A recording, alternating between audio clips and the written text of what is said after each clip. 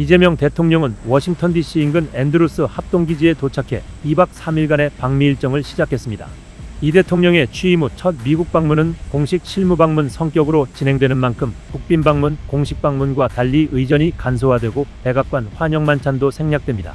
이번 순방엔 강훈식 대통령실 비서실장을 포함해 안보실장, 정책실장 등이 전원 대통령을 따라 나서는 이례적인 장면을 연출했습니다.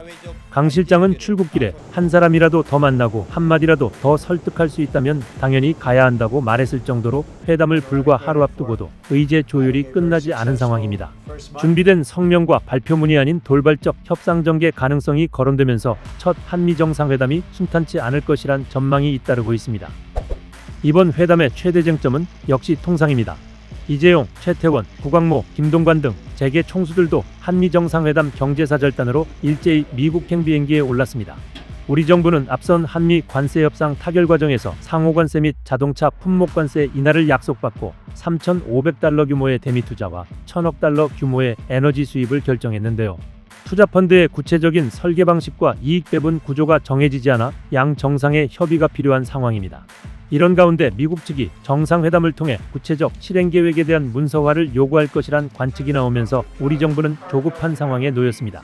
트럼프 대통령은 지난달 31일 소셜미디어에 3,500억 달러는 미국이 소유하고 통제한다고 언급했고, 하워드 러트닉 상무장관은 수익의 90%는 미국인에게 돌아간다고 밝히면서 불확실성이 커졌습니다. 안보 현안에 대한 협상도 병행됩니다. 미 국무부는 지난 22일 조현 외교부 장관과 마코 루비오 국무장관의 회담 직후 인도태평양 지역 억지력 확대와 공동부담 분담 확대를 논의했다고 밝혔습니다. 인태지역의 억지력 확장은 주한미군의 역할을 한반도 밖으로 확장하는 동시에 감축 가능성을 내포하고 있습니다. 또한 분담 확대란 말에서 방위비 분담금 대폭 인상을 요구할 가능성을 엿볼 수 있죠.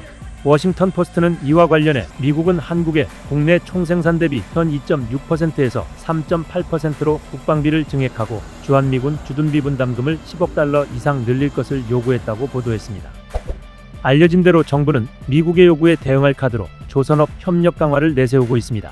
이 대통령이 짧은 방미 기간 중에도 워싱턴에서 떨어진 한화 필리조선소를 방문하는 일정을 잡은 이유도 여기에 있죠. 지난해 12월 한화그룹이 1,400억 원을 투자해 인수한 필리조선소는 관세 협상 과정에서 결정적 역할을 한 한미 조선협력 마스가 프로젝트의 핵심으로 꼽히는 장소입니다. 트럼프 대통령 역시 한국과의 조선업 협력을 수차례 언급한 만큼 이 대통령의 필리조선소 방문 시 JD 벤스 부통령 혹은 미국 측 최고위 인사가 동행할 가능성이 있습니다. 한미 원자력 협정 개정도 거론되는 의제 중 하나입니다. 2015년 개정된 협정에 따라 우리나라는 미국의 동의를 얻어야만 20% 미만으로 우라늄을 농축할 수 있고 사용 후 핵연료 재처리는 할 수 없는 상황인데요. 위성락 국가안보실장은 지난 22일 정상회담을 통해 진전을 만들어 보겠다는 생각이라고 말해 회담 의제에 원자력 협정 관련 사안이 포함될 수도 있을 것으로 보입니다. 다만 우라늄 농축과 재처리는 핵무기 개발의 잠재 역량과 직결되는 만큼 미국이 이에 대해 동의할지는 미지수입니다. 트럼프 행정부는 우리 정부에 정상회담에 차질이 생길 수 있다는 메시지까지 전달하며 회담 전 압박 강도를 높이고 있습니다. 특히 백악관 오벌 오피스에서 이 대통령과 트럼프 대통령의 즉흥 질의응답 형식의 회담에서 돌발 발언이 나오는 등 트럼프 리스크도 예측할 수 없습니다. 한 정부 소식통은 통상 정상이 만나는 회담은 사전에 준비된 세리머니 성격이 강한데 이번 회담은 불확실성이 큰 상황이라고 전하기도 했습니다.